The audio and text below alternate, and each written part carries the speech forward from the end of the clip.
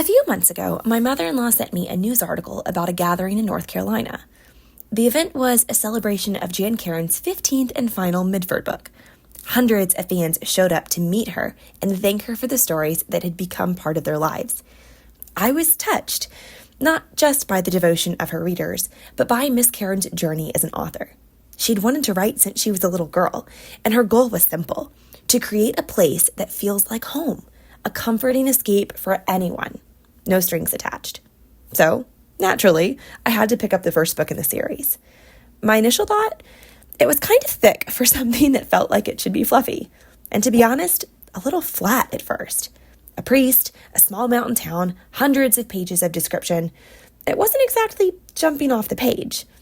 About halfway through, I decided I would finish the first book and then be done with the series. One and done, just not my cup of tea. But then, something surprising happened. Somewhere along the way, Father Tim and the villagers became more than words on a page. They quietly snuck into my heart, started to feel like friends, and before I knew it, I was hooked. Father Tim isn't your typical hero.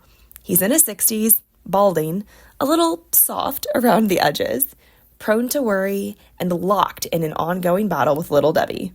A priest, yes, but written in a way that makes him deeply relatable, regardless of age or belief. Why is Father Tim so endearing? He's full of flaws that make him human, and he carries them with quiet humor, humility, and empathy. By the end, he feels like a big brother, an uncle, or that neighbor you'd happily invite over for pie. I'll admit, at first his quirks were a bit grating, but as I got to know him, his awkward charm, his little struggles, the way he cares for his town, I couldn't help but grow fond of him. He's exactly the kind of character you don't just read about. He becomes a friend. So much so that the wisdom spilling from the page almost felt like real advice sneaking into my own life without me even realizing it. And the town. Oh, the town. Sweet, chatty, endlessly curious. In one classic scene, a beautiful painting is donated to the church. Someone guesses it might be worth $7,000. No proof, just chatter. By lunch, the figure has grown. By dinner, the phone is ringing off the hook and the local paper is running a story about $1 million masterpiece. Watching Father Tim navigate a town where gossip travels faster than the speed of light, where every small story balloons by the hour, is endlessly charming and hilarious if you've ever lived in a place with a little southern curiosity. The supporting cast, bringing Mitford to life. Mitford wouldn't feel like home without its people, and the best way to experience them is to wander through the town with Father Tim. Take Dooley, the 11-year-old boy who unexpectedly becomes like a son to the priest.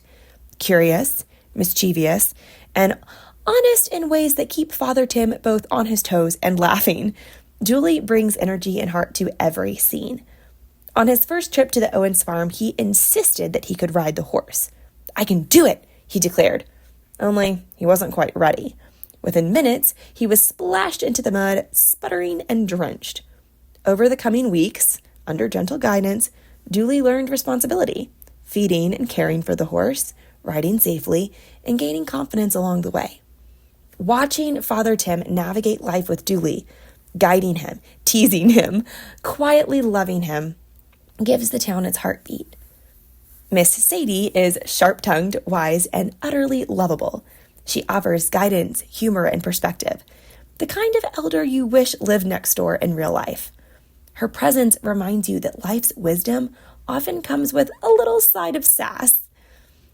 Dr. Hoppy is a sweet man, recently widowed and quietly grieving, whose care and attentiveness help someone in need. A small, tender moment that shows how much difference one person's diligence and kindness can make.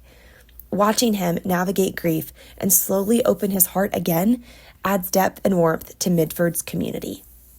Then there's Cynthia, who drifts into Father Tim's life like a soft breeze, stirring feelings he didn't expect, and revealing a tenderness we don't always see.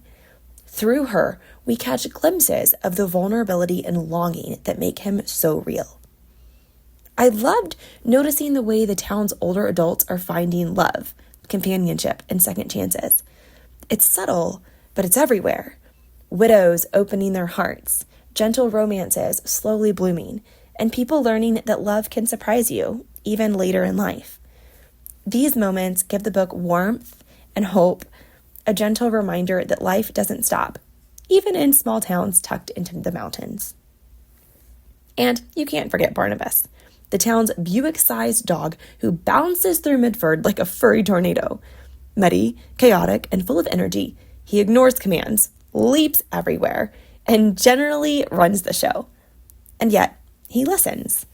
Not to whistles or words of discipline, but to poetry and scripture of all things. Father Tim discovered it one day in exasperation. Muttering a passage from scripture to himself, he glanced down to see Barnabas sitting quietly, tilting his head, as if he understood every word. And he's been like that ever since. Perked up for Wordsworth, attentive for sacred verses, utterly chaotic otherwise.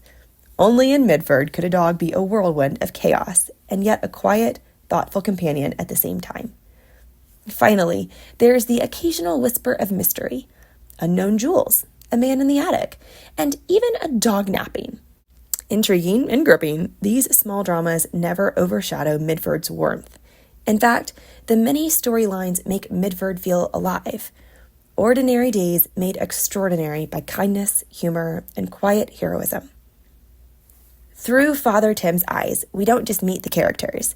We step into their daily lives. We feel the joys, frustrations, and quiet victories that make Mitford feel like a real community. It's not about dramatic plot twists or high-stakes drama. It's the little things. The way Father Tim quietly shows kindness. The way the town rallies around one another. Even the way a sugar-loving, awkward priest can feel like someone you'd want to have tea with on a rainy afternoon. By the time you've wandered its streets with him, the people aren't just on the page. They're friends you wish you could visit, and the town feels like a home you never want to leave. More than that, Mitford quietly reminds us that ordinary life, when lived with care, humor, and attention to others, can be extraordinary. Small acts of kindness, patience, and curiosity don't just shape a community. They shape the hearts of everyone who steps inside. For anyone craving a story that's both heartwarming and immersive, At Home in Mitford is a gentle, unforgettable reminder that living well isn't about grand gestures. It's about noticing, caring, and choosing love in everyday moments. That's all for now. Take care, stay curious, and I'll see you next time.